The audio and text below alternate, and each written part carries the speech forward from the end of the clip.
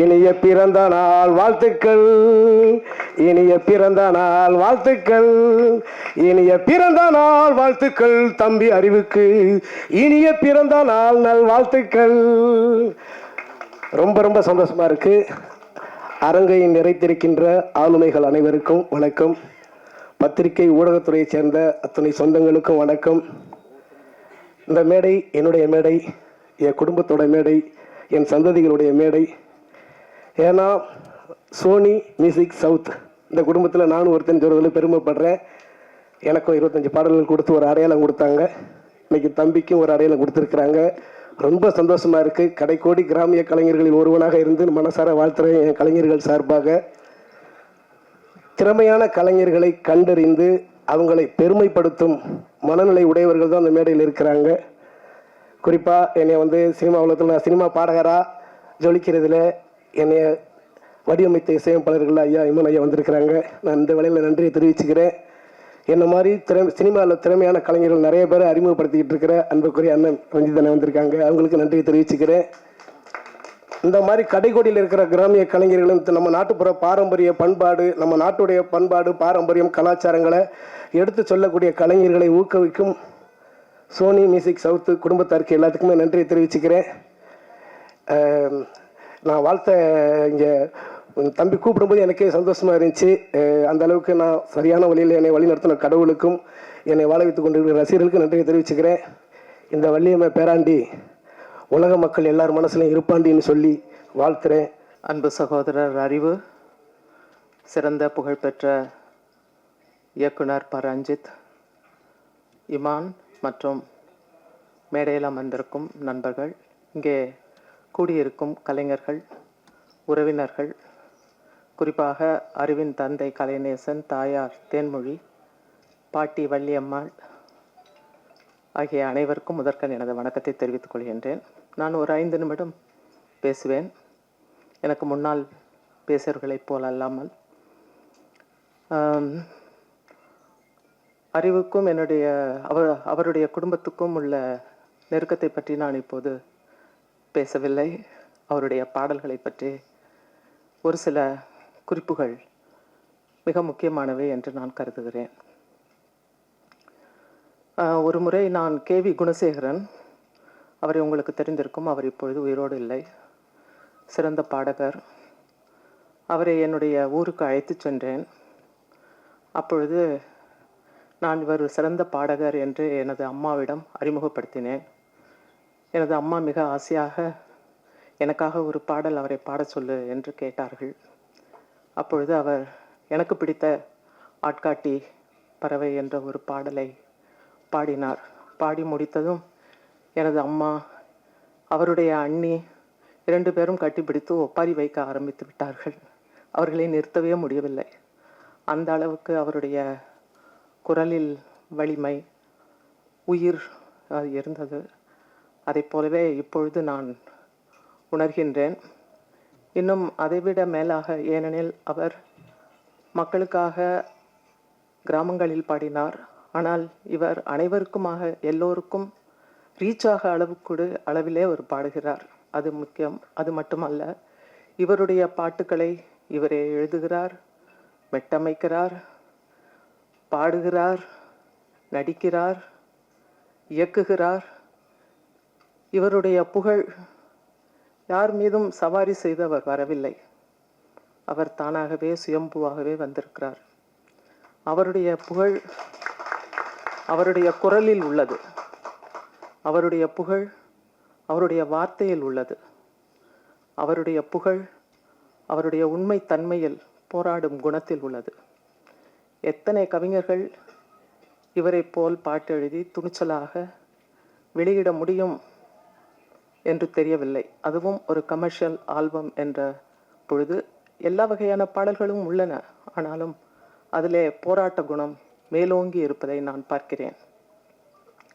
ஒரு பாட்டு என்பது பல்வேறு உணர்ச்சிகளை தூண்டக்கூடியது. அதை வெறும் கலையாக பார்ப்பவர்கள் இருக்கலாம், அல்லது அது ஒரு என்டர்டெய்னிங் என்ற அளவிலே அதை பார்க்கலாம். சிலர் அதன் உள்ளார்ந்த கருத்துக்களை கூட நேசிக்கலாம்.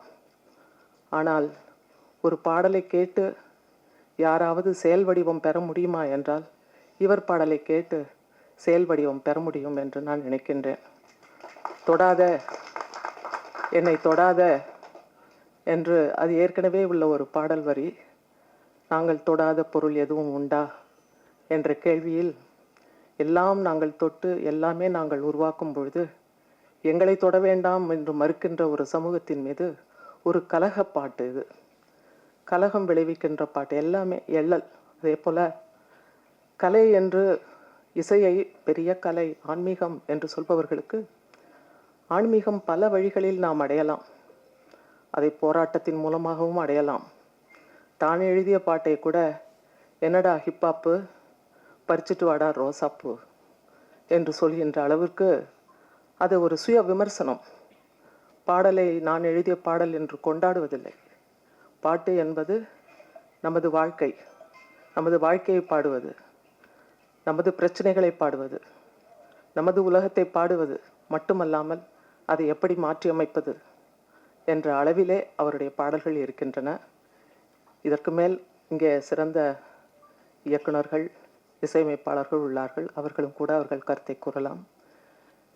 எனக்கு இந்த பாடலை பற்றிய கருத்து சொல்வதற்கு வாய்ப்பு கொடுத்த அறிவு மற்றும் அவருடைய குடும்பத்தாருக்கு நன்றி கூறி, அவர் மென்மேலும் வளர்வார், சிறந்த போராட்ட வீரராக இருப்பார். பல்வேறு, அதாவது தனக்காக, தனது சமுதாயத்துக்காக பாடுவது மட்டுமல்லாமல் இங்கே மனமாற்றத்தை உருவாக்குவதற்கான பாடல்கள் மிக அவசியமாக உள்ளன. அந்த அளவு இனிமையாக, எளிமையாக, நெருக்கமாக, உணர்வுபூர்வமாக அவர் பாடியிருப்பது, இந்த ஆல்பத்தை செய்திருப்பது மிக சிறப்புக்குரியது. காஸ்ட்லெஸ் கலெக்டிவ் என்று அவர் தொடங்கி இன்று ஒரு தனி ஆல்பம் செய்கின்ற அளவிற்கு உலக புகழ் பெற்றிருக்கிறார். சமீபத்தில் கூட பல்வேறு நாடுகளுக்கு சுற்றுப்பயணம் செய்து வந்தார். ஆஸ்திரேலியா, அமெரிக்கா போன்ற பல்வேறு நாடுகளுக்கு சுற்றுப்பயணம் செய்து வந்தார். இது இசையாலும் மற்றும் அவருடைய வார்த்தையாலும் மக்களை கவரும் என்று கூறி எனது வாழ்த்துரையை முடிக்கிறேன். நன்றி. திருக்குறள் அறிவுன்றத மாத்திர டைம் வந்துருச்சுன்னு நினைக்கிறேன். Side road, main road, highway குரல் அறிவுன்னு மாற்றிடலாம்னு நினைக்கிறேன். பிக்சன் மண்டேலா அந்த பாட்டு செம்மையாக இருந்துச்சு. அண்ட் பில்லியன் சாங்கும் செம்மையாக இருந்துச்சு. ராசாத்தி பாட்டு செம்மையாக இருந்தது. அண்ட் தத்தக்கா புத்தக்கா சாங்கும் நல்லா இருந்தது. அண்ட் இவ்வளோ கம்ப்ளீட்டாக, இவ்வளோ பெரிய கூட்டத்தோட ஒரு ஆல்பம் ஃபுல்லாக கேட்குறது இதுதான் ஃபர்ஸ்ட் டைம் நான். ஸோ அதுக்கு நன்றி. அப்படி ஒரு ஆப்பர்ச்சுனிட்டி ஏற்படுத்தி கொடுத்ததுக்கு. அண்ட் ரஞ்சித் சாருக்கும் நன்றி. இப்படி ஒரு மேடைக்கு நீங்கள் வந்தது கூடுதல் சந்தோஷம். அண்ட் சோனி மியூசிக் என்னுடைய நன்றியை தெரிவிச்சுக்கிறேன். எனக்கு தொடர்ச்சியாக இந்த மாதிரி இண்டீஸ்க்கு, இந்த மாதிரி இண்டிபெண்ட் மியூசிக்கு வந்து அவங்க கொடுக்குற சப்போர்ட், ஆஃப் லைட்டில் அவங்க கொடுக்குற சப்போர்ட்டுக்கு என்னுடைய மனமார்ந்த வாழ்த்துக்கள் டோட்டல் டீமுக்கும். அண்ட் அறிவு வந்து நம்ம புள்ள நேற்று வந்து ஃபோன் பண்ணி ஒரு சொந்த அண்ணனாக கேட்குறேன், நீங்கள் வாங்கண்ணா அப்படின்னு சொன்னாப்புல. எனக்கு அந்த வார்த்தை கேட்டவுடனே எப்படியாவது நீங்கள் போயிடணும் அப்படின்ட்டு கிளம்பி வந்துட்டேன்.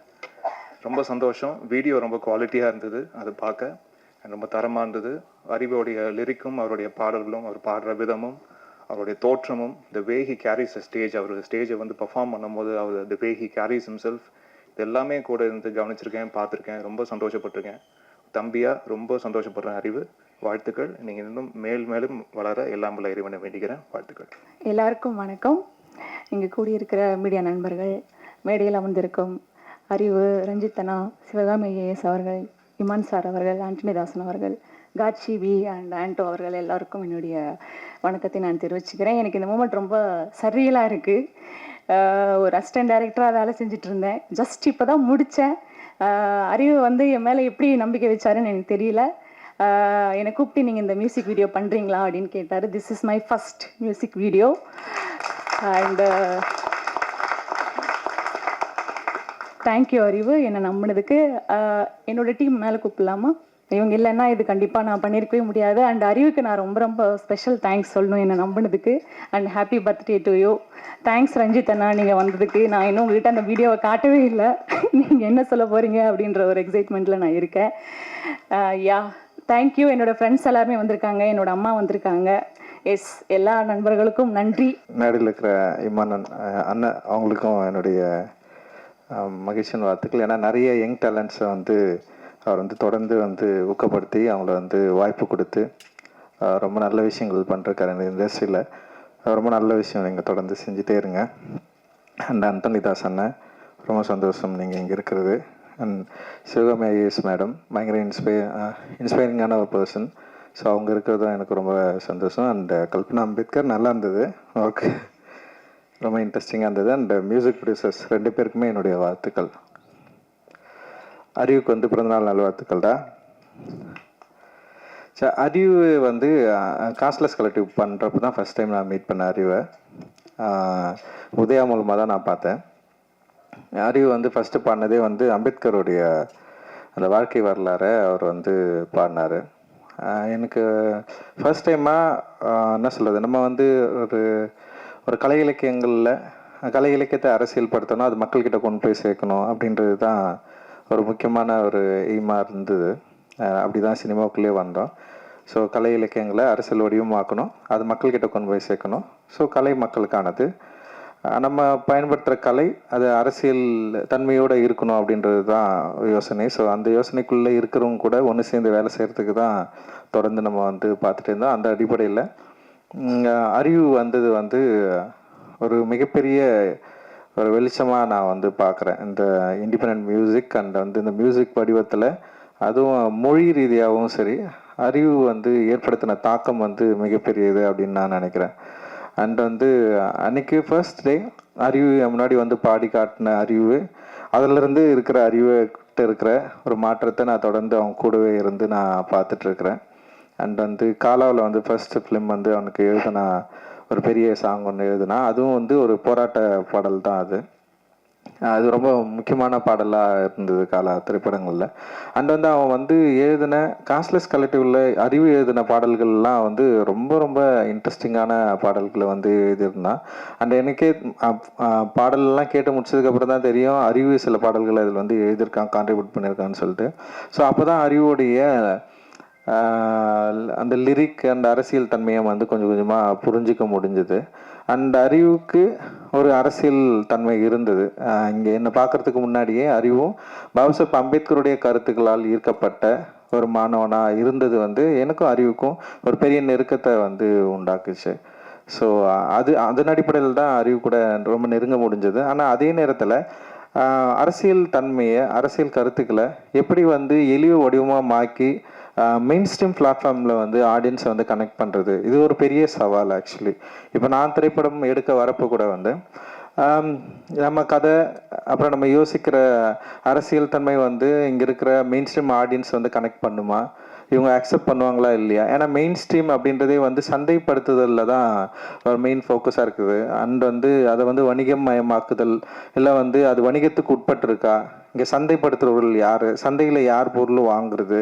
ஸோ இது மாதிரி நிறைய விஷயங்கள் இருக்குது. ஸோ இப்படி இருக்கிறப்போ சந்தையாளர்கள் இந்த மாதிரியான அரசியல் தன்மையுள்ள, அதுவும் வந்து தலித்துகளுடைய லைஃப்பை அடிப்படையாக கொண்ட அரசியல் தன்மையுள்ள விஷயங்களுக்கு வந்து எந்த அளவுக்கு சப்போர்ட் பண்ணுவாங்க அப்படின்றது ஒரு பெரிய கேள்விக்குறியாக இருந்த காலகட்டத்தில் தான் எங்களுடைய வாழ்க்கை, அதாவது திரைப்பயணத்துலையும் சரி இசை வடிவங்களையும் வந்து ஸ்டார்ட் ஆகுது. ஸோ அப்படி வந்து அறிவு வந்தப்போ அறிவுடைய ஸ்டைல் இருக்குல்ல, வே ஆஃப் எக்ஸ்பிரஷன் அண்ட் அந்த தன்னை வெளிப்படுத்துதல் வந்து மெயின் ஸ்ட்ரீம் ஆடியன்ஸ்க்கு வந்து ஈஸியாக கனெக்ட் ஆகிற ஒரு லாங்குவேஜாக இருந்தது. அண்ட் உலக அளவில் இன்னைக்கு வந்து இந்திய artist and independent artist and wrap, இது வந்து பயங்கர பாப்புலர் மியூசிக்காக இருக்கிறதுனால ஒரு பாப்புலர் மியூசிக்கோட வடிவத்தில் அறிவு பாடுறதுனால அது ஒரு பாப்புலர் மீடியம், ஒரு பாப்புலர் ஆடியன்ஸ்க்கு வந்து ஈஸியாக அது கனெக்ட் ஆச்சு. ஸோ அப்படி ஈஸியாக கனெக்ட் ஆகிறப்போ அறிவு பாடுற பாடல்கள் இருக்கிற அரசியல் தன்மையும் வந்து அவங்க கிட்ட போயிட்டு டிஸ்கஷன் பண்ண ஆரம்பிச்சுது. இது ரொம்ப முக்கியமானதாக நான் வந்து பார்க்குறேன். ஸோ ஒரு மீடியமை கையாளுறது வந்து ரொம்ப ரொம்ப முக்கியம். அந்த மீடியம் வந்து ஏற்கனவே இங்கே பாப்புலராக இருக்குது. அந்த மீடியம்குள்ளே நம்ம விரும்புகிற அரசியல் தன்மையை, அதோட மீடியத்தை சரியாக புரிஞ்சுக்கிட்டு நம்ம வந்து அதை அப்ளை பண்ணுறப்போ இங்கே இருக்கிற எல்லா ஆடியன்ஸ்க்கு போய் ரீச் ஆகிறத வந்து என்னால் வந்து ஈஸியாக பார்க்க முடிஞ்சது. அப்படி தான் அறிவுக்கு வந்து வெற்றி கிடைச்சது அப்படின்னு நான் நினைக்கிறேன். ஏன்னா ரொம்ப சாதாரணமாக இது வந்து கிடச்சிடாது. ஸோ அதுக்கு முன்னாடி நிறைய பாப்புலர் மீடியமில் இல்லாமல் நிறைய இண்டிபெண்ட் ஆர்டிஸ்ட் வந்து இங்கே வந்து இருந்திருக்கிறாங்க. அதுக்கு வந்து முக்கியமான காரணம், அதுக்கு முக்கியமான உதாரணம் வந்து குணசேகரன் ஐயா நம்ம வந்து சொல்லலாம். அண்ட் வந்து தலித் சுப்பையா சொல்லலாம். ஏன்னா இவங்க வந்து மேடை தோறும் வந்து நிறைய பாடல்கள் வந்து பாடியிருக்காங்க. ஆனால் அந்த பாடல்கள் எல்லாமே வந்து செம சூப்பராக இருக்கும். ஆனால் ஆடியன்ஸை போயிட்டு வந்து ரீச் ஆகிருக்காது. ஸோ இது வந்து ஒரு பெரிய ஒரு கனெக்ஷன் இல்லாமலே இருந்தது. ஒரு மெயின் ஸ்ட்ரீம் மியூசிக்கும் இல்லை மெயின் ஸ்ட்ரீம் ஆடியன்ஸை கனெக்ட் பண்ண முடியாத தனி இசை கலைஞர்கள் எக்கச்சக்கமாக இருந்தாங்க. ஸோ ஆனால் வந்து வேர்ல்டு லெவலில் பார்க்குறப்ப தனி இசை கலைஞர்களுக்கு ஒரு பெரிய மார்க்கெட் இருந்தது, ஒரு பெரிய ஒரு ஃபேன் ஃபாலோவர்ஸ் இருந்தது, அவங்களால முடிஞ்ச பாடல்களை பாட முடிஞ்சது. குறிப்பாக வந்து பிளாக் இசை கலைஞர்களை நம்ம வந்து இதில் வந்து நிறைய ஆஃப்ரிக்கன் மியூசிஷியன்ஸ் வந்து நம்ம வந்து நிறைய எக்ஸாம்பிள் எடுத்துக்கலாம். அது Kendrick லாமர்லேருந்து Beyoncé, Kendrick La Mer and இவங்கெல்லாம் தான் நமக்கு பெரிய பெரிய இன்ஸ்பிரேஷனாக இருந்தாங்க. கென்ட்ரிக்கோட இப்போ ரீசெண்டான ஒரு விஷயம், ஒரு சாங் கூட வந்தது. அண்டு அவங்கள பார்க்குறப்போ வந்து நமக்கு பயங்கர பொறாமையாக இருந்தது. அவங்க பில்லியன்ஸ் கணக்கில் மக்களை ரீச் பண்ணாங்க. பெரிய அளவில் அந்த பாடல்கள் சந்தைப்படுத்தப்பட்டது. மிகப்பெரிய ஒரு பொருளாதார ரீதியாகவும் பெரிய அளவில் ரீச்சில் இருக்கிறாங்க. ஆனால் வந்து நம்மளால ஏன் இது இங்கே வந்து பண்ண முடியல அப்படின்ற ஒரு கேள்வி இருக்குல்ல, அந்த கேள்வியை நோக்கி தான் இந்த என்ன சொல்கிறது, இந்த மூமெண்ட் வந்து கொஞ்சம் கொஞ்சமாக அப்படியே நகர்ந்து போச்சு. இன்னைக்கு வந்து அறிவு காஸ்ட்லெஸ் கலெக்டிவில் வந்து பாடினதுக்கப்புறம் அறிவு மாதிரி நிறைய பேர் அதில் வந்தாங்க, நிறைய பேர் பாடினாங்க. அப்படியே வந்து மெயின் ஸ்ட்ரீம் சினிமா நோக்கி நகர்ந்தாங்க. மெயின் ஸ்ட்ரீம் சினிமாவில் இருக்கிற பாடல்களை வந்து பாட ஆரம்பித்தாங்க. குறிப்பாக அறிவு வந்து நடிகர் விஜய் அவர்களுடைய படத்தில் வந்து ஒரு பாடல் வந்து பாடி மிகப்பெரிய வெற்றி அடைஞ்சது. அண்ட் தனுஷ் அவர்கள் வடச்சென்னை படத்தில் வந்து அவன் பாடி வந்து பெரிய வெற்றி அடைஞ்சது. அண்ட் என்னுடைய திரைப்படங்களில் அறிவு தொடர்ந்து எழுதுறது நீயே ஒலி அப்படின்ற பாட்டு சார்பட்டா பரம்பரையில் வந்து அவன் எழுதுனது வந்து மிகப்பெரிய வெற்றி அடைஞ்சது, மக்கள்கிட்ட ஈஸியாக போய் சேர்ந்து. ஸோ அவனுடைய திரைப்பட பாடல்களும் கூட வந்து அதில் தன்னுடைய அரசியல் கருத்துக்களை வந்து எந்த வகையிலையும் வந்து கம்ப்ரமைஸ் பண்ணாமல் வந்து அதை ஈஸியாக இலகுவாக மக்கள்கிட்ட ஈஸியாக ரீச் பண்ணி அப்படி கொண்டு போய் சேர்க்கறதுல வந்து ஒரு கை தேர்ந்தவனாக மாறி இருக்கிறது நினைக்கிறப்ப வந்து உண்மையிலே வந்து ரொம்ப சந்தோஷமா இருக்கு. அந்த அறிவோட மிக முக்கியமான பாடலாக நான் நினைக்கிறது வந்து கள்ளமௌனின்ற வார்த்தையை வந்து இன்ட்ரடியூஸ் பண்ணது. அந்த கள்ளமௌனி வந்து பயங்கரமாக அந்த வேர்டை வந்து அது ஒரு இந்தி மியூசிக்கில் வந்து வெளியே வந்து நாங்கள் தான் இதில் தான் ரிலீஸ் ஆச்சுன்னு நினைக்கிறேன், நீளம்ல தான். ஆனால் அந்த பாடல் வந்து மிகப்பெரிய வெற்றி அடைஞ்சது. ஆஃப்ரோ ப்ரொடியூஸ் பண்ணியிருந்தான் அந்த பாட்டை. அண்ட் வந்து செம்ம சக்ஸஸ்ஃபுல்லான சாங். அந்த இடத்துல இருந்து தான் அறிவுக்கு வந்து இன்னொரு ஒரு முகம் வந்து தெரிய ஆரம்பிக்குது. அந்த இடத்துல நிறைய சாங் பண்ணியிருந்தான், ஆனால் அது ரொம்ப முக்கியமான பாடலாக இருந்தது. ஆனால் அதுக்கப்புறம் வந்து இந்தி மியூசிக்கில் வந்து என்ஜாமி பாட்டு வந்து மிகப்பெரிய பாய்ச்சலை வந்து கிரியேட் பண்ணிச்சு. அண்ட் அதுக்கு வந்து மிக முக்கியமான காரணம் வந்து சந்தோஷ் நாராயணன் ப்ரொடியூசராக இருந்தது. அண்ட் தியோட அவங்க பாடினது. அதோடு சேர்ந்து அறிவுடைய எழுத்து இருக்குல்ல, அது ரொம்ப சாதாரணமான எழுத்து இல்லை. அந்த எழுத்து வந்து ஒரு தலைமுறையுடைய ஒரு பல தலைமுறைகளுடைய குரல்களை வடிவத்தை என்ன சொல்கிறது, ஒரு பெரிய அரசியலை வந்து வார்த்தைகளாக மாற்றி குழந்தைங்க கிட்ட கூட ஈஸியாக ரீச் பண்ண முடிய அளவுக்கு வந்து அதில் ஒரு பெரிய ஒர்க் வந்து நிகழ்ந்தது. ஆனால் அதன் பிறகு அந்த விஷயங்களில் சில பிரச்சனைகள்லாம் வந்து அறிவுக்கு நிறைய பிரச்சனைகள் வந்தது. அவன் வந்து மனதளவில் வந்து ரொம்ப பாதிக்கப்பட்டான். அதுலேருந்து வெளியே வர்றதுக்கு உண்மையிலேயே பயங்கர ஸ்ட்ரகிளில் இருந்தான். அந்த ஸ்ட்ரகிளுக்கான பதில் தான் இந்த 12 பாடல்கள் அப்படின்னு சொல்லிட்டு நான் வந்து சொல்லுவேன். அவன் லைஃப்பில் அவன் ரொம்ப சென்சிட்டிவானவன், ஈஸியாக எமோஷ்னலாக ஆகிடுவான். ரொம்ப இப்போ எப்படி பாடல்கள் வந்து அவனுக்கு வந்து ஒரு தீப்பொறி மாதிரி பயங்கரமாக பவர்ஃபுல்லாக பாடுவான், ரொம்ப எமோஷ்னலாக லவ் அப்படிலாம் இருக்கிறான்ல. ஆனால் வந்து நேரடியாக பார்த்தா சின்ன குழந்தை தான் அவன் வந்து அப்படியே நம்ம தாளாட்டி அப்படியே ஓகேடா விட்றா, ஒன்றும் இல்லைடா அவனுக்கு வந்து அப்படியே அழகாக இலகுவாக புரிய வச்சு இதெல்லாம் ஒன்றும் இல்லைடா, இதை நம்ம ஃபேஸ் பண்ணி தான் ஆகணும்டா அப்படின்னு சொல்லி. ஏன்னா சமூகத்தில் நிறைய இஷ்யூக்கள் நடக்குது, நிறைய பிரச்சனைகள் நடக்குது. நம்ம வந்து ரியாக்ட் பண்ணிக்கிட்டே இருக்கிறோம். ரியாக்ட் பண்ண வந்து என்னன்னா நம்ம டைல்யூட் ஆகிட்டே இருக்கிறோம். ஏன்னா நம்ம கோவப்படுறது மூலமாகவோ இல்லை வந்து உணர்ச்சி வசப்படுறது மூலமாகவோ இல்லை வந்து நம்ம விரும்புகிற மாதிரியான ஒரு சமூகம் இங்கே வந்து அமைந்துருமோ அப்படின்னு எதிர்பார்க்கலாம். ஆனால் அப்படி இருக்கிறதுக்கான வாய்ப்பு இங்கே இல்லவே இல்லைல்ல. மனிதர்கள் வந்து பல வித்தியாசமான எண்ணங்களும் உணர்வுகளும் கொண்டவர்கள். அவர்கள் வந்து நம்ம வந்து ஒரு கேட்டகரியில் வந்து கேட்டகரைஸ் பண்ண முடியாது. ஆனால் அறிவு ரொம்ப சிம்பிளாக அவங்ககிட்ட இருந்து எல்லாரையும் பார்ப்பான். அவனை மாதிரி எல்லாரும் இருக்கணும்னு நினைப்பான். அப்படி எல்லாரும் இருக்கிறதுக்கு வாய்ப்பே இல்லைல்ல. ஸோ அப்படி இருக்கிறப்போ வந்து அறிவுக்கு நிறைய அவனுடைய பர்சனல் லைஃப்பில் அண்ட் அவனுடைய மனதில் நிறைய பிரச்சனைகள் உருவாச்சு. அந்த நிறைய பிரச்சனைகள் வரப்போ அவன் வந்து இந்த மியூசிக் வந்து இதை கண்டினியூ பண்ணலாமா வேணாமான்ற அளவுக்கெல்லாம் வந்து அறிவு வந்து ஒரு டைமில் வந்து யோசிக்க ஆரம்பித்தான். ஆனால் வந்து அறிவு வந்து தொடர்ந்து என்கிட்ட அடிக்கடி வந்து அவன் பேசுவான். அவனுடைய வேலை என்னன்றதை மட்டும் நான் கொஞ்சம் நான் அவங்ககிட்ட வந்து ஷேர் பண்ணியிருக்கிறேன். இது ஏன் முக்கியமான வேலை, இந்த இசைத்துறை மியூசிக்குள்ளே வந்த பிறகு நிறைய நேரம் என்னுடைய பெற்றோரோட நான் ஸ்பெண்ட் பண்ணதில்லை. அதனால் இன்றைக்கி அப்பா என்னை பற்றி என்ன நினைக்கிறாரு அப்படிங்கிறத நான் இன்றைக்கி உங்கள் எல்லோரும் முன்பாகவும் தெரிஞ்சுக்கிட்டேன். அதனால் அப்பா ரொம்ப நன்றி. எப்போதுமே ஒரு ஏக்கம் இருக்கும். நான் நிறைய நேரம் எடுத்துக்கல, ரொம்ப ஷார்ட்டாக பேசுகிறேன். முதல்ல இந்த நிகழ்வுக்கு என்னுடைய அழைப்பை ஏற்று வந்திருக்கும் மேடையில் இருக்கக்கூடிய எனது அன்பிற்கினிய இயக்குனர் அண்ணன் பா ரஞ்சித் அவர்களுக்கு மனமார்ந்த நன்றியை தெரிவித்துக் கொள்கின்றேன். மதிப்பு மரியாதைக்குரிய ஆட்சி பணி அம்மா சிவகாமி ஐஏஎஸ் அவர்களுக்கு என்னுடைய மனமார்ந்த நன்றியை தெரிவித்துக் கொள்கின்றேன். என்னுடைய அழைப்பை ஏற்று தன்னுடைய பிஸியான நேரங்களையும் எனக்காக வந்திருந்த இயக்குனர் அண்ணன் இசையமைப்பாளர் இமான் அவர்களுக்கு என்னுடைய நன்றியை தெரிவித்துக் கொள்கிறேன். நான் 11வது 12வது படிக்கும்போது கேசட்டில் வரக்கூடிய பாடல்கள், டிவி கிடையாது, டிவி பார்க்க விட மாட்டாங்க வீட்டில். அப்போ நான் கேட்ட ஒரு குரல் வந்து அந்தோணிதாசன் அண்ணனுடைய குரல். அந்த குரல் எனக்குள்ளே அப்படியே பாஞ்சிச்சு ஒரு 15 வயசுல. நான் அந்த நம்பிக்கையில் தான் நேற்று அவருக்கு ஃபோன் பண்ணேன். நான் உங்கள் குரலை கேட்டுட்டு நான் ஒரு பாடகன் ஆகணும்னு நினச்சிருக்கேன், அதனால் நீங்கள் வரணும் அப்படின்னு சொல்லி உரிமையாக கேட்டேன். எனக்காக வந்த அண்ணன் அந்தோணிதாசன் அவர்களுக்கு நன்றி தெரிவித்துக் கொள்கின்றேன். மற்றும் என்னுடைய டீம், நான் தொடர்ந்து இவங்களை சொல்கிறேன், பட் இருந்தாலும் மேடையில் இருக்கக்கூடிய கல்பனா அவர்களுக்கும் காட்சி and Anto, thank you so much for being here. வள்ளியம்மா பேராண்டி இந்த ஆல்பம் வந்து ஒரு 12 பாடல் கொண்ட ஆல்பமாக பண்ணணும். முதல்ல எனக்கு இந்த இண்டிபெண்டன்ட் மியூசிக்குள்ளே வரணும் அப்படிங்கிற தாட் ப்ராசஸ் அதெல்லாம் வந்து நான் முதல்ல ரேப் மியூசிக்கே கேட்டது கிடையாது, சினிமாவும் பார்த்தது கிடையாது. நான் பார்த்தது எல்லாமே எங்கள் ஊருக்கு வந்து ஒவ்வொரு ஆண்டும் ஏப்ரல் 14 அன்றும் டிசம்பர் 6 அன்றும் கம்பீரமாக மேடையில் நின்று பாடக்கூடிய தலித் சுப்பையா அவர்களுடைய இசைக்குழுவும், அப்புறம் மணிமேகலை அக்கா, இப்படி நிறைய மக்கள் இசை கலைஞர்களை தான் நான் பார்த்து வளர்ந்துருக்கிறேன். அவர்கள் பாடும்பொழுது அந்த உணர்வு அப்படியே, இப்போ நம்ம வந்து பாபா சாஹிப்போட ஒரு புத்தகம் படிக்கணும்னா நம்ம அதுக்கு ஒரு தலித் சுப்பையா ஐயா பாட்டை கேட்டுடலாம், ரெண்டும் ஒன்று தான் அப்படிங்கிற அளவுக்கு அவ்வளோ எளிமையாக இசையை எனக்குள்ளே கடத்திடுவாங்க. அதே மாதிரி எங்கள் அம்மா சர்ச்சுக்கு கூட்டு போவாங்க, அங்கே இருக்கிற பாடல்கள்லாம் நிறைய கேட்டிருக்கேன். அங்கே இருக்கிற பாடல்களோட அங்கே உட்காந்து கும்பலாக பசங்களோட உட்காந்து பாடுறது, இவ்வளோதான் என்னுடைய இசை அனுபவம். மற்ற மாதிரி சுற்றி இருக்கிறவங்க பாடுறது அதுதான். ஆனால் இன்னைக்கு வந்து ஒரு இண்டிபெண்டன்ட் மியூசிக் ஸ்பேஸ்க்குள்ளே நான் இருக்கிறேன்னா கண்டிப்பாக அதுக்கு மிக முக்கியமான காரணம் வந்து தி கேஸ்ட்லெஸ் கலெக்டிவ்ங்கிற மூவ்மெண்ட்டு. கேஸ்ட்லெஸ் கலெக்டிவ்ங்கிற மூவ்மெண்ட் இல்லைன்னா நான் வந்து இப்படியான இடத்துக்கு வந்தே இருக்க முடியாது. அந்த மூவ்மெண்ட்டில் வந்து நான் அந்த தாட் ப்ராசஸ்க்கு வந்து உண்மையிலே பா ரஞ்சித் அண்ணன் அவர்களுக்கு மனமார்ந்த நன்றி சொல்ல கடமைப்பட்டிருக்கிறேன். ஏன்னா அது எனக்கு மட்டுமானது இல்லை, அது வந்து ஒரு தேவையான பிளாட்ஃபார்ம்னு நினைக்கிறேன். எப்போதுமே வந்து விளிம்பு நிலை மக்களுடைய குரலையும் விளிம்பு நிலை மக்களுடைய வாழ்க்கையும் பண்பாட்டையும் இசை வடிவங்கள் எப்போதும் அப்ராப்ரியேட் பண்ணியே பழகி இருந்தது.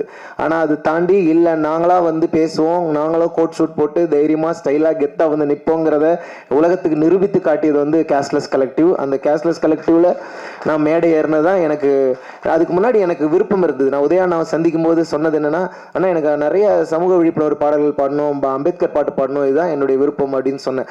அந்த வார்த்தை தான் அவரை வந்து எனக்கு கேஸ்ட்லெஸ் கலெக்டிவ்ல இணைக்க வச்சதுன்னு நினைக்கிறேன். இப்போ அந்த ஜேர்னி தொடங்கி என்ஜாய் எல்லாம் தாண்டி இன்னைக்கு வள்ளியம்மா பேராண்டின்னு நான் இந்த ஆல்பத்துக்கு பேர் வச்சது. வள்ளியம்மாளுடைய ஹிஸ்டரி வந்து ரொம்ப முக்கியமானதுன்னு நினைக்கிறேன். 1833ல் இங்கிருந்து லட்சக்கணக்கான மக்களை பிரிட்டிஷ் வந்து தேயிலை தோட்டங்களில் இலங்கையில் வேலை செய்வதற்காக அழைத்து போனார்கள். அந்த மக்களை விடுதலைக்கு பிறகு அங்கே விட்டுட்டு போயிட்டாங்க.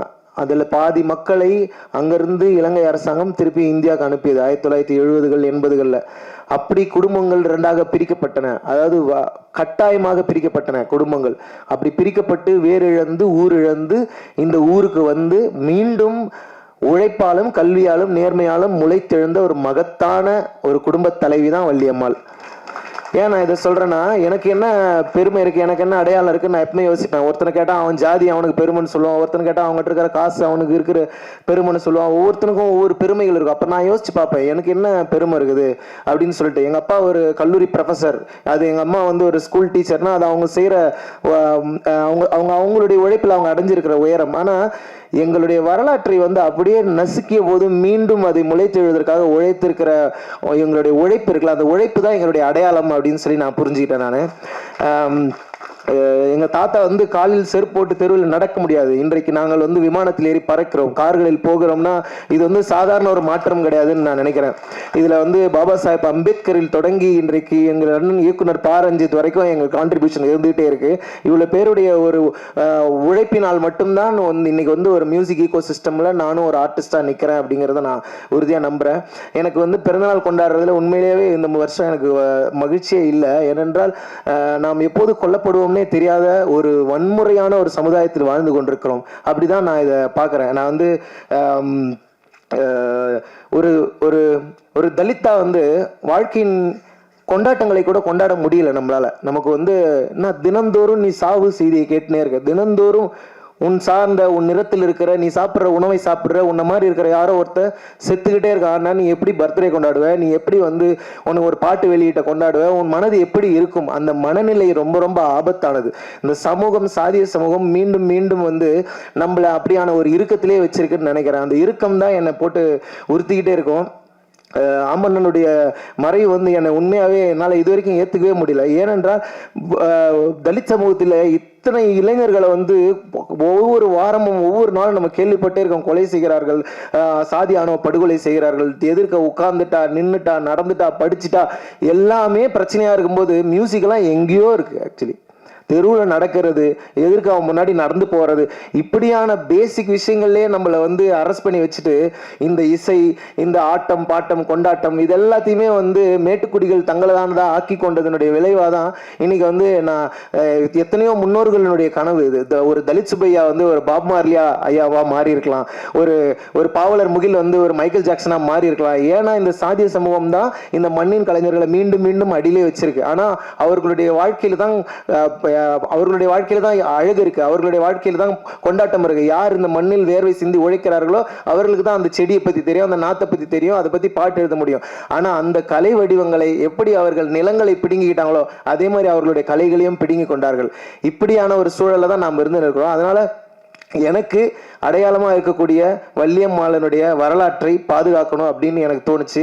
அதை வந்து எங்கள் பாட்டி பள்ளிக்கூடம் போல, ஆனால் நான் வந்து காலேஜுக்கு போயிருக்கிறேன், பல நாடுகளுக்கு போயிருக்கிறேன், விமானங்களில் போகிறேன்னா இது எல்லாமே அவர்கள் செய்த அந்த உழைப்பின் வேர்களின் தியாகங்களை தான். அதுக்காக தான் நான் நன்றி செலுத்த வேண்டும் தான் இந்த ஆல்பமுக்கு வந்து வள்ளியம்மா பேராண்டி அப்படின்னு பேர் வச்சேன்.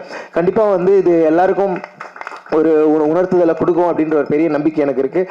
இந்த ஆல்பம் வந்து ஒரு 2 வருஷம் கிட்டத்தட்ட எடுத்தேன் இந்த ஆல்பம் பண்ணி முடிக்கிறதுக்கு. குவாசி மோட் அப்படின்னு ஒரு மியூசிக் ப்ரொடியூசர், நான் என்னோட டீமை பற்றி ஷார்ட்டாக சொல்லிடுறேன். குவாசி மோட்னு ஒரு மியூசிக் ப்ரொடியூசர், அவர் லண்டனில் இருக்கார். இந்த ஆல்பமில் 8 பாடல்கள் எனக்காக அவர் பண்ணி கொடுத்துருக்காரு. ஒரு பலத்த கைத்தட்டல் கொடுத்தீங்கன்னா அவங்கள வந்து உண்மையிலே அண்ட் ஆண்டோ ஃப்ராங்க்லின் இங்கே இருக்கார். 2 பாடல்கள் எனக்காக இந்த ஆல்பத்தில் அவர் பண்ணி கொடுத்துருக்காரு. அண்ட் காட்சி ஆஃப்ரிக்காவிலேருந்து நமக்காக இங்கே இந்த நிகழ்வுக்காக வந்திருக்காரு. ஸோ இவங்க 2 பேரும் ஈச் 2, ஸோ டோட்டலி 12 சாங்ஸ் பண்ணியிருக்கிறோம். அண்ட் சாய் ஸ்ரவணம் சார் வந்து எனக்கு ஒரு பாட்டு நேற்று திடீர்னு ஒரு பாட்டு இஷ்யூ ஆயிடுச்சு, அதில் உடனடியாக ஒரு பாட்டு பண்ண வேண்டியிருந்தது. அதை பண்ணும்போது உடனடியாக எனக்கு மிக்ஸ் பண்ணி கொடுங்க சார்னு கேட்டேன். சாய் ஸ்ரவணம் சார் அவர் வந்து எனக்காக ஒரு பாடல் மிக்ஸ் பண்ணி கொடுத்தாரு. மீதி 11 பாடல்கள் டயர் தாம்சன் சொல்லி லண்டனில் ஒரு கிராமி வின்னிங் இன்ஜினியர் அவர் மிக்ஸ் பண்ணி கொடுத்தாரு. ஸோ அவருக்கும் என்னுடைய நன்றியை தெரிவிச்சுக்கிறேன். மற்றும் கல்பனா அம்பேத்கர் இந்த தொடாத மியூசிக் வீடியோ எடுத்து கொடுத்தாங்க. எனக்கு என்னன்னா கல்பனா வந்து இந்த பாட்டு சரியா புரிஞ்சுக்குவாங்க. கல்பனாவுக்கு எப்போதுமே இந்த சமூகத்தின் மீது ஒரு கோபமும் இருக்கு, ஒரு பேரன்பும் இருக்கு. அதை நான் பார்த்துக்கிட்டே இருப்பேன். சரி கண்டிப்பா இவங்க இதை ஹேண்டில் பண்ணிடுவாங்கன்ற ஒரு நம்பிக்கை வந்து எனக்கு வந்ததுனால நான் அவங்க கிட்ட கொடுத்தேன். கண்டிப்பா இந்த பாடல் வந்து எனக்கு ரொம்ப பிடிச்சிருக்கு, கண்டிப்பா இது மக்களுக்கும் பிடிக்கும் அப்படின்னு நான் நம்புறேன். இந்த ஆல்பம் நேற்று நைட்டே ரிலீஸ் ஆயிடுச்சு, நீங்க கேளுங்க. 12 பாடல்கள் கொண்ட வள்ளியம்மா பேராண்டிங்கிற இந்த ஆல்பம் எல்லா மாதிரியான மூட்ஸும் இதில் இருக்கும். ஒரு ஜாலியான பாட்டு, எமோஷ்னலானது, லவ் சாங் எல்லாம். ஏன்னா நம்முடைய முழு உணர்வுகளை நம்ம வெளிப்படுத்த முடியாத மனிதர்களாகவே இருக்கும். அப்போ அறிவு அப்படின்னா நீ எப்போ கருத்து சொல்ல போகிற, நான் கேட்குறேன் நான் ஏன் கருத்து சொல்லணும், ஏன்னா சந்தோஷமாக இருக்கக்கூடாதா நமக்கு? அப்போ வாழ்க்கையினுடைய மற்ற ரூம்ஸ் எல்லாம் நம்மளால் போகவே முடியாத ஒரு உளவியல் ரீதியான சிக்கல்களுக்குள்ளே தான் நான் இருந்ததான் நான் உணர்றேன். அதனால என்னைய நானே உடச்சிக்கிட்டது தான் வள்ளியம்மா பேராண்டி. ஸோ அதில் சரி இருந்தாலும் தவறு இருந்தாலும் ரஞ்சித் அண்ணன் சொன்ன மாதிரி நான் அதை கற்றுக்கிறதுக்காக தயார் தயாராக இருக்கிறேன். உங்களுடைய கருத்துக்களுக்காக நான் காத்திருக்கிறேன். மற்றும் என்னுடைய அம்மா அப்பா, என்னுடைய குடும்பத்தினர், இவங்களுடைய இந்த உலகத்திலேருந்து தான் நான் வரேன். இவர்கள் யாருக்குமே கிடைக்காத ஒரு வாய்ப்பு எனக்கு கிடைச்சிருக்கு. அப்போ நான் யார்? நான் என் முன்னோர்களின் கனவு. I am the wildest dream of my ancestors. என்னுடைய முன்னோர்கள் எப்போதும் இயங்கிக் கொண்டிருந்திருப்பார்கள். நான் ஒரு கலைஞனாக வேண்டும், பாடகனாக வேண்டும், நான் என்னுடைய குரல் உலகம் முழுவதும் கேட்கணும்னு கனவு கண்டிருப்பாங்கன்னு நினைக்கிறேன். அதனுடைய ஒரு தாக்கமாக நான் இந்த இடத்துல நிற்கலாம்னு நினைக்கிறேன். அதனால அந்த வடிவத்தில் என்னை இன்ஸ்பயர் பண்ண பாவலர் தலித் சுப்பையா ஐயாவிலிருந்து, பாவலர் முகில் ஐயாவிலிருந்து, இன்குலாப் ஐயா, கே குணசேகரன் ஐயா, இவர்கள் வரிசையில் மக்கள் இசைக்காக கிராமந்தோறும் ஓடி ஓடி பாடி பாடி என் போன்ற கிராமங்களிலிருந்து, எளிய குடும்பங்களிலிருந்து வரக்கூடிய கலைஞர்களுக்கு நம்பிக்கை தந்த அத்தனை வேர்களுக்கும் என் நெஞ்சார்ந்த நன்றியை நான் இந்த இடத்துல இருந்து தெரிவித்துக் கொள்கின்றேன். நம்ம வந்து இந்த ஹிப்ஹாப் மியூசிக்னு சொல்றோம், பாப் மியூசிக்னு சொல்றோம். இது எல்லாமே இந்த மண்ணின் இசை தான். ஆக்சுவலி இந்த எப்படி கருப்பின மக்களுடைய இசை வந்து ஹிப்ஹாப் இசை, அவர்களுடைய விடுதலைக்காக அவர்கள் பயன்படுத்தி கொண்டது. அதே போல இந்த இந்திய சூழல்ல, தமிழ் சூழல்ல நம்முடைய விடுதலைக்காக நாம் கையில் எடுக்க வேண்டிய இசை வந்து ஃபோக் மியூசிக்னு நினைக்கிறேன். அந்த ஃபோக் மியூசிக்ல தான் பல உண்மைகள் ஒளிஞ்சிருக்கு. இந்த சமூகத்தை பற்றிய அத்தனை படிப்பினைகளும் அங்கே ஒளிஞ்சிருக்கு. இயற்கையை எப்படி பாதுகாக்க வேண்டும், மனிதனை மனிதன் சமமாக நடத்தி கொள்ள வேண்டும், இப்படி அற்புதமான வாழ்வியல் கோட்பாடுகளோடு பொருளாதார ரீதியாக பின்தங்கி இருந்தாலும், ஆண்டாண்டு காலமாக வஞ்சிக்கப்பட்டிருந்தாலும், யாரையும் சுரண்டாது, யாரையும் வஞ்சிக்காது வாழ்ந்து கொண்டிருக்கிற ஒரு மகத்தான பண்பாட்டுக்கு சொந்தக்காரர்கள் நாம் அப்படிங்கிறத நான் புரிஞ்சுக்கிட்ட இடத்துல இருந்து தான் இந்த வள்ளியம்மா பேரண்டின்ற ஆல்பத்தை பண்ணியிருக்கேன். கண்டிப்பாக இது உங்கள் எல்லாருடைய கொண்டாட்டத்துக்கும் காரணமாக இந்த ஆல்பம் இருக்கும்னு நான் நம்புகிறேன். எனக்கு அதுக்கப்புறம் எனக்கு ஒரு மியூசிக் பேண்ட் உருவாக்கணும்னு தோணுச்சு. கேஷ்லெஸ் கலெக்டிவ்ல இருந்து அதன் பிறகு நான் ஓகே நம்மளும் ஒரு ஜாலியான ஒரு பேண்ட் ஆரம்பிக்கலாம், ஒரு ஆல்பம் பண்ணலான்னு சொல்லிட்டு நான் பாலச்சந்தர் சரத்லாம் சேர்ந்து ஒரு மியூசிக் பேண்ட் உருவாக்கணும். அவர்களோடு தொடர்ந்து பயணம் பண்ணிட்டு இருக்கேன். அடுத்து என்னுடைய பேண்டோடைய ஆல்பத்தை நான் ரிலீஸ் பண்ணலான்னு இருக்கோம். இது நாம் தனியாக ஒரு ஹிப்ஹாப் ஆல்பம் பண்ணணும் அப்படின்னு சொல்லி முயற்சி பண்ணது. இந்த இண்டிபெண்டன்ட் மியூசிக் ஸ்பேஸ்க்குள்ளே அவ்வளோ ஈஸியாக நம்மளை வந்து வரவே விட மாட்டேங்கிறாங்க. என்னன்னா இங்கே ஒரு பாட்டு, ஒரு ஒப்பாரி பாட்டு உருவாகுதுன்னா அந்த ஒப்பாரி பாட்டு வந்து 2000 வருஷம் தாண்டி வந்திருக்கும், 1000 வருஷங்கள் தாண்டி வந்திருக்கும். அது பேர் ஓரல் லிட்ரேச்சர், அது வாய்மொழி இலக்கியம். அதுக்கு கம்போசர் யாருன்னா ஏதோ ஒரு ஆயாவா, ஏதோ ஒரு ஊரில் திண்ணையில் உட்காந்து இருக்கிற ஒரு ஆயாவா தான் இருப்பாங்க. அவர்களிடமிருந்து அது வருகிறது. அது வந்து கொஞ்சம் கொஞ்சமாக கசிந்து வரலாற்றில் ஒவ்வொரு கை மாறி அது கடைசியாக ஒரு சினிமாவுக்கோ ஒரு பெரிய இடத்துக்கோ வருகிறது. ஆனால் அந்த பெரிய இடத்துக்கு வரும்போது அது எங்கேருந்து வந்ததுன்னு சொல்லப்படுவதில்லை. அது அந்த மேடைக்கு வந்த பிறகு அது வெறும் வியாபார பொருளாயிடுது. அந்த மக்களுடைய பண்பாடு, அவங்க ஏன் அதை உருவாக்கியிருப்பாங்க, அந்த கதை என்ன அப்படிங்கிறத பற்றி பேச விடுறதில்லை. ஆனால் இது ரொம்ப ஆபத்தான போக்குன்னு நான் பார்க்குறேன். அது எப்படி நான் ஆண்டாண்டு காலமாக சாதி எப்படி இங்கே இருக்கிறவங்க உழைப்பை மட்டும் வாங்கின்னு அந்த மனிதர்களை புறந்தள்ளி வச்சதோ, அதே மாதிரி இந்த இசையும் பண்பாடும் அந்த எளிய மக்களுடைய வாழ்வியல் விழுமியங்களை பிடுங்கி கொண்டு அந்த மனிதர்களை புறந்தள்ளுகிற வேலையை செய்கிறது. அதை கட்டுடைக்க வேண்டிய பொறுப்பு நம்ம எல்லாருக்கும் இருக்குன்னு நான் நினைக்கிறேன். ஏனென்றால் நம்முடைய கலையை, பண்பாட்டை, வேர்களை நாம் பாதுகாக்கவில்லைன்னா வேறற்ற மனிதர்கள் ஆயிடுவோம். நாம் வேறற்ற மனிதர்களானால் எளிதில் வெட்டி வீழ்த்தப்படுவோம். இது வந்து எனக்கே இந்த அனுபவம் இருந்தது. நான் என்ஜாய் பாட்டு பண்ணப்போ நான் பேசணும்னு நினைச்சது தான் எனக்கு பிரச்சனையா மாறிச்சு. நான் பேசணும்னு நினைச்சது, ஆமாம் எங்கள் ஆயா கிட்ட இருந்து நான் இதை வாங்கினேன். அப்போ சொன்னாங்க, உங்கள் ஆயாவை பற்றி பாட்டு பண்ணுறதுக்கு தான் நாங்கள் வந்திருக்கோம். ஆமாம், எங்கள் ஆயாவை பற்றி பாட்டு பண்ண தான் நான் வந்திருக்கேன். ஏன்னா எங்கள் ஆயாக்கள், எங்கள் தாத்தாக்கள் ஆண்டாண்டு காலமாக அடிமைகளாக இந்த மண்ணில் இருந்தவர்கள். அவர்களின் ரத்தத்திலும் வேர்வையிலும் முளைத்து விடுதலை பெற்ற பறவைகளாக நாங்கள் இன்றைக்கு கலைஞர்களாக மேடையில் ஏறி நிற்கிறோம். அதனால் அதை பற்றி நான் பேசாமல் வேற எதை பற்றி நான் பேசுவது? நான் பேசுவதற்கு வேற என்ன இருக்கிறது? ஏன்னா நான் கற்றுக்கொள்ள தயாராக இருக்கிறேன். ஆனால் யாரையும் ஏமாற்றவோ சுரண்டவோ அதை நான் யோசிப்பேன். எவ்வளவு சுரண்டினாலும், எவ்வளவு ஒடுக்க பட்டாலும் நம்ம கிட்ட ஒரு அறம் இருந்துட்டே இருக்கு. அந்த அறத்தை எனக்கு கற்றுத்தந்தவர் வள்ளியம்மா, பாட்டி, எங்க அம்மா. இவர்கள் எல்லாம், எங்க பாட்டி வந்து ஒரு நாள் எங்க ஸ்கூல்ல வந்து ஒரு நாள் இப்படி சொல்லிட்டாங்க, உனக்கு படிப்பே வராது, அந்த ஜாதியில பிறந்தாதான் படிப்பு வரும், உனக்கு வராது அப்படின்னு சொல்லிட்டாங்க. எனக்கு தாங்கவே முடியல. நான் பயங்கரமா அழுதுட்டேன். ஏன் அப்படி சொன்னாங்க, ஏன் என் கூட அந்த பையன்கிட்ட கேட்டேன், ஏன் இந்த ஜாதிக்கு வந்து படிப்பு வராதுன்னு சொன்னாங்க அப்படின்னு சொல்லி கேட்டேன். அவனும் ஒரு மாதிரி எமோஷனல் ஆகிடும். ஆனால் எங்கள் அம்மா கிட்ட வந்து சொன்னேன், நான் ஒரு நாள் லஞ்ச் சாப்பிட்டு இருக்கேன் எங்கள் வீட்டில். எங்கள் அம்மா வந்து ஸ்கூலுக்குள்ளே வந்து அந்த கதவை திறந்து நேராக உள்ளே வந்து அந்த கரஸ்பாண்ட் முன்னாடி நின்னா, யாரை பார்த்து நீ அப்படி சொன்னாங்க, யார் தெரியுமா அப்படின்னு சொல்லி எங்கள் பாட்டி அவரை எதிர்த்து கேள்வி கேட்டாங்க. இப்போ சொன்னால், அவங்க அப்பா வாத்தியாரியா, அவங்க அம்மா டீச்சரியா, நாங்கள் எவ்வளோ கஷ்டப்பட்டு நாங்கள் படிக்க வைக்கிறோம், எங்கள் பிள்ளைய எத்தனை வந்து எங்கள் குடும்பத்துலேருந்து ஒரே பிள்ளை எத்தனை வந்து இவ்வளோ தூரம் நாங்கள் படிக்க வைக்கிறோம், நீ யார் சொல்கிறதுக்குன்னு எங்கள் பாட்டி எதிர்த்து கேட்ட அந்த வீரம் இருக்கு இல்லையா, அந்த வீரம் வந்து எனக்கு வரணும்னு நான் எத்தனையோ முறை வேண்டிக்கிறேன் ஆக்சுவலி. ஏன்னா அப்படியான ஒரு அழுத்தம் நிறைந்த ஒரு பயங்கர கெத்தான அந்த மொமெண்ட் எனக்கு கண்ணு முன்னாடி இருக்கு. அப்பப்போ நான் அதை யோசிச்சுப்பேன். அவர்கள் யாருக்கும் பயப்படாதவர்கள், யாரை கண்டும் எதை கண்டும் பயப்படாதவர்கள். அந்த பயமில்லாத ஒரு தன்மையை நானும் வளர்த்து கொள்ளவும், இன்னும் நிறைய பாடல்களை என்னோட நண்பர்களோட சேர்ந்து நான் பாடவும் விரும்புகிறேன். அண்ட் இந்த ஆல்பமில் என் கூட கொலாபரேட் பண்ணியிருக்கிற ரஷ்மித் கவுர் ஒரு ஆர்டிஸ்ட் கொலாபரேட் பண்ணியிருக்காங்க. அண்ட் பாலச்சந்தர், செல்லமுத்து இவர்கள் சில பாடல்களை என்னோட சேர்ந்து பாடியிருக்காங்க. என்னுடைய பாடிய இசைத்த அத்தனை கலைஞர்களுக்கும் நான் மனமார்ந்த நன்றி தெரிவித்துக் கொள்கின்றேன். கலை மக்களுக்கானது. நான் சின்ன வயசுலேருந்து அம்பேத்கரிய பாடல்களை கேட்டு வளர்ந்துருக்கேன். ஆனால் உண்மையாகவே அம்பேத்கரிய பாடல்களுக்கு ஒரு பெரிய மேடை அமைத்து கொடுத்த நீலம் பண்பாட்டு மையத்திற்கும் இயக்குனர் ப. ரஞ்சித் அண்ணன் அவர்களுக்கும், ஏனென்றால் அது இயற்கை, அவ்வளவுதான். நான் பேசுவது அரசியல் கிடையாது. நான் அப்படிதான் நினைக்கிறேன். நீ இயற்கையோடு பொருந்தி இருக்கிற ஒரு வாழ்க்கை தான் நமக்கு தேவையானது. ஒரு சாதி அமைப்பை எப்படி புரிஞ்சுக்கலாம்னா, இங்க ஒரு தென்னை மரம் இருந்தா ஒரு வேப்ப மரமும் இருக்கலாம், ஒரு வேப்ப மரம் இருந்தா ஒரு புளிய மரமும் இருக்கலாம். எல்லா இடத்துலையும் தென்னை மரமாகவே இருந்தால் அந்த உலகம் எப்படி இருக்கும்? எல்லா இடத்துலையும் வேப்ப மரமாகவே இருந்தால் இந்த உலகம் எப்படி இருக்கும்? இயற்கை நம்மை ஜனநாயகத்துடன் தான் இந்த பூமியில் நிறுத்திருக்கிறது. நாம் தான் அந்த ஜனநாயகத்தை அடித்து கெடுத்து கொண்டு ஒருத்தர் தாக்கி கொண்டு இருக்கிறோம். அவ்வளோ ஆபத்தான ஒரு சமூகத்தில் நாம் வாழ்ந்து கொண்டிருக்கிறோம்ங்கிறது எனக்கு ரொம்ப பெயின்ஃபுல்லாக இருக்குது. கண்டிப்பாக என்னால் இயன்ற அளவில் என்னுடைய கலை வடிவத்தில் தொடர்ந்து நான் அதை பற்றி பேசுவேன்.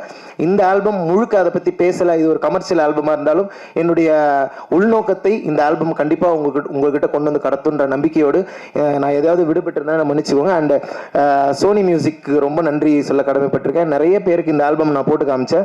ஆனால் சோனி மியூசிக் வந்து என்ன எப்பவுமே நான் ஒரு விஷயம் யோசிப்பேன், அவங்க என்ன ட்ரீட் பண்றதுலேருந்து தான் நான் அவங்கள வந்து ஃப்ரெண்டாகவே தொடங்குவேன். அவங்க என்ன சொல்றாங்க, என்ன நம்பிக்கை கொடுக்குறாங்க, வார்த்தை அதெல்லாம் கிடையாது. அவங்க என்கிட்ட பழகிற விதம் தான் எனக்கு ரொம்ப முக்கியமாக படும். என்னை ரொம்ப அன்போடவும் கனிவோடவும் என்னோடு உரையாடி இந்த ப்ராஜெக்டை ஒரு லான்ச் வரைக்கும் கொண்டு வந்து சேர்த்திருக்கிற சோனி மியூசிக் சவுத்துக்கு என்னுடைய மனமார்ந்த நன்றிகளை தெரிவித்துக் கொள்கின்றேன். தொடர்ந்து இந்த மாதிரி நிறைய இண்டிபெண்டன்ட் கலைஞர்களுக்கு இப்படியான வாய்ப்புகள் கிடைக்கணும், இப்படியான வெளிச்சம் கிடைக்கணும். அதுக்கான வேலையை நாம் எல்லாரும் சேர்ந்து செய்வோம். கலையை வெறும் பொழுதுபோக்காக மட்டும் இல்லாமல் ஒரு சமூக மாற்றத்துக்கான கருவியாக நாம் கையில் ஏந்த வேண்டிய தருணத்தில் நாம் இருக்கிறோம். வேற வழியே இல்லை.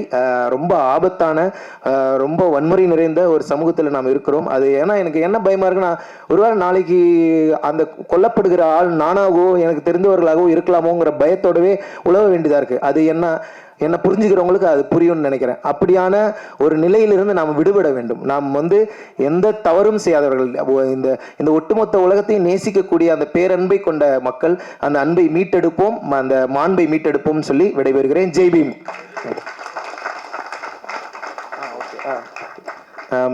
மற்றும் நான் ஒரு சின்ன இது மறந்துட்டேன். என்னுடைய நான் பேர் படிச்சிடறேன், சாரி. ரொம்ப 1 மினிட் மட்டும் எடுத்துக்கிறேன்.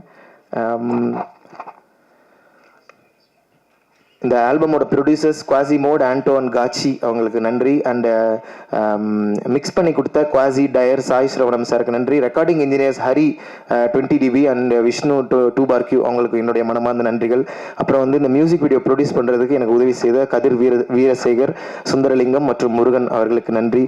அண்ட் மியூசிக் வீடியோட டைரக்டர் கல்பனா, விக்கி, சந்தானகுமார், பிளாக் எல்லாருக்கும் என்னுடைய நன்றிகள். மற்றும் சோனி மியூசிக் அசோக், அச்சிந்தியா, கௌஷிக், மானஸ்வினி, அந்த ஹோல் டீம் எல்லாருக்கும் என்னுடைய நன்றிகள். மற்றும் கடைசியா 2 பேருக்கு நான் என்னுடைய முக்கியமான நன்றி தெரிவிக்கணும். நண்பர்கள் கிட்ட எப்பவுமே எனக்கு ஃப்ரெண்ட்ஸ்னா கொஞ்சம் பயமா இருக்கும். ஏன்னா இந்த ஃப்ரெண்ட்ஸ் வந்து ரொம்ப ஈஸியா நம்மள அட்வான்டேஜ் எடுத்துக்குவாங்க. டக்குன்னு போற போக்குல ஜாதி பேர் சொல்லி கலாய்ப்பாங்க. அது எனக்கு ரொம்ப பயமா இருக்கும். அதனால ஃப்ரெண்ட்ஸோட நான் சேரவே ரொம்ப யோசிப்பேன். அது மாதிரி எனக்கு சின்ன சின்ன அனுபவங்கள் இருக்கு. ஒரு என்ன மாதிரி பாக்குறாங்க, ஃப்ரெண்ட்ஷிப்ங்கிறது வந்து உள்ள இருந்து வருகிறதா இல்ல சும்மா என்கிட்ட இருக்கிற பொம்மை உங்ககிட்டே இருக்குங்கிற இடத்துல இருந்து வருதான்னு சொல்லிட்டு எனக்கு யோசனையாவே இருக்கும். ப்ரிவிலேஜ்ல இருந்து பழகுறாங்களா இல்ல உண்மையாவே பழகுறாங்களான்னு. ஆனா உண்மையாவே இந்த 2 பேர் என்னுடைய லைஃப்ல வந்ததுனால நான் நிறைய கற்றுக்கிட்டு நிறைய பண்பட்டிருக்கேன்னு சொல்லலாம். இந்த 2 பேர் எனக்கு நண்பர்களாக கிடச்சப்போ நான் வந்து முதல்ல நான் யாரோடையுமே ஒட்டவே மாட்டேன். ஆனால் இந்த 2 பேரோட நான் சேர்ந்த பிறகு ஓகே, நான் சில நல்ல நண்பர்களை சம்பாதிக்கக்கூடிய அளவுக்கான திறன் எனக்கும் இருக்கிறது. நல்ல ஒரு நட்புக்குள்ள நான் இருக்கிறேன்னு சொல்லலாம். அந்த மாதிரி எனக்கு கிடைச்ச நண்பர்கள் சங்கீதன், கார்த்திக் அவர்களுக்கு என்னுடைய மனமார்ந்த நன்றியை தெரிவித்துக் கொள்கின்றேன். இந்த ஆல்பத்தில் அவங்களுடைய பங்கு ரொம்ப முக்கியமானது. ஒவ்வொரு ப்ராசஸ்லையும் அவங்க வந்து இந்த ஆல்பத்தை கொண்டு வந்து சேர்க்கறதுல ரொம்ப கவனமாக இருந்தாங்க. மற்றும் என் மீது அன்பு கொண்டு வந்திருந்த உங்கள் அனைவருக்கும், ஊடகங்கள் யாவருக்கும் நன்றி தெரிவித்து விடைபெறுகிறேன். வணக்கம்.